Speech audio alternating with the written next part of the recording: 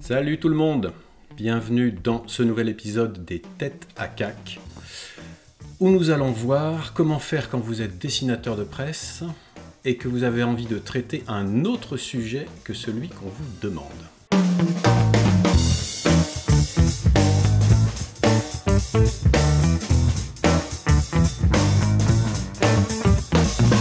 Alors, quel est cet autre sujet que j'avais envie de traiter en tant que dessinateur de presse, comme nombre de mes confrères? Évidemment, la disparition d'Albert Uderzo, immense dessinateur de bande dessinée qu'on ne présente plus, co-inventeur d'Astérix, avec René Goscinny, bien entendu. Avant ça, Uderzo avait dessiné Oum Papa le Peau Rouge, très drôle, je vous le recommande. Déjà avec Goscinny, on y retrouve déjà cet humour incroyable et ces anachronismes fantastiques. Il avait dessiné Astérix, évidemment, tous les Astérix jusqu'à récemment encore. Et puis Tanguy et la Verdure, pour ne citer que ses principales bandes dessinées, il en a fait beaucoup d'autres. Tanguy et la Verdure, avec Charlier, grand scénariste lui aussi de bande dessinée, qui a notamment scénarisé la saga Blueberry. Donc, quand un personnage comme ça disparaît, qui a baigné mon enfance, dont je m'inspire beaucoup pour certains coups de crayon, que faire quand ce qu'on vous demande de traiter, comme tous les jours dans votre journal, dans l'opinion, comme beaucoup de titres de presse, le coronavirus.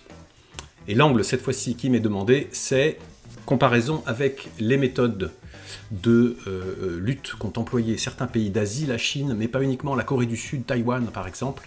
Certaines de ces méthodes se sont avérées efficaces, et donc pourquoi en France est-ce qu'on ne les emploie pas? C'est donc la question, et c'est le défi que je vous lance. Vous allez m'aider. Comment croiser ces deux sujets? Évidemment, grande technique classique en dessin de presse. On peut croiser deux idées, ce qui permet parfois de créer un gag quand on n'en trouve pas forcément sur le premier. Là, en l'occurrence, l'idée, c'est de rendre hommage à Uderzo en traitant le sujet des techniques et technologies asiatiques pour lutter contre l'épidémie. Je vous laisse quelques secondes, je vous donne des indices. Qu'est-ce qu'on a? On a des tests pour lutter contre le virus. Côté technologie, on a aussi de la géolocalisation, utilisée notamment en Corée du Sud. Qu'est-ce qu'on a de l'autre côté? On a Albert Uderzo, donc restons sur sa bande dessinée, ses bandes dessinées les plus connues, Astérix. On a un village gaulois qui résiste ou qui essaye de résister à l'envahisseur. On a un druide, autre indice, avec de la potion magique. Eh bien, il ne nous reste plus qu'à composer cette fameuse potion.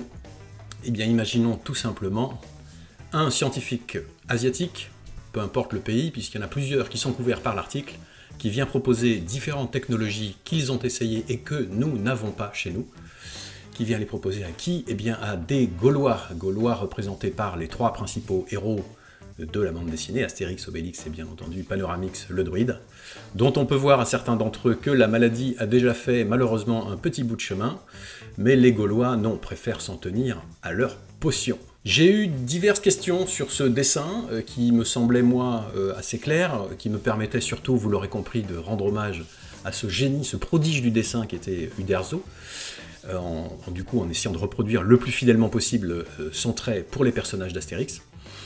Diverses questions, pour moi pas la peine d'y aller par quatre chemins, le dessin ne porte pas 50 messages, c'était juste ma façon à moi de me moquer en ce moment de certaines déclarations du gouvernement qui nous expliquent que certains objets du type masque par exemple, dont on n'a pas forcément besoin, on peut s'en passer, d'ailleurs on ne saurait pas forcément bien les utiliser, alors qu'en réalité on a un peu la sensation qu'ils essayent tout simplement de ne pas créer de panique ou d'inquiétude du fait qu'on ne les a pas, ou en tout cas, pour être précis et honnête, on n'en a pas suffisamment, et que donc, tout ce qu'on n'a pas, on considère que ce n'est pas utile.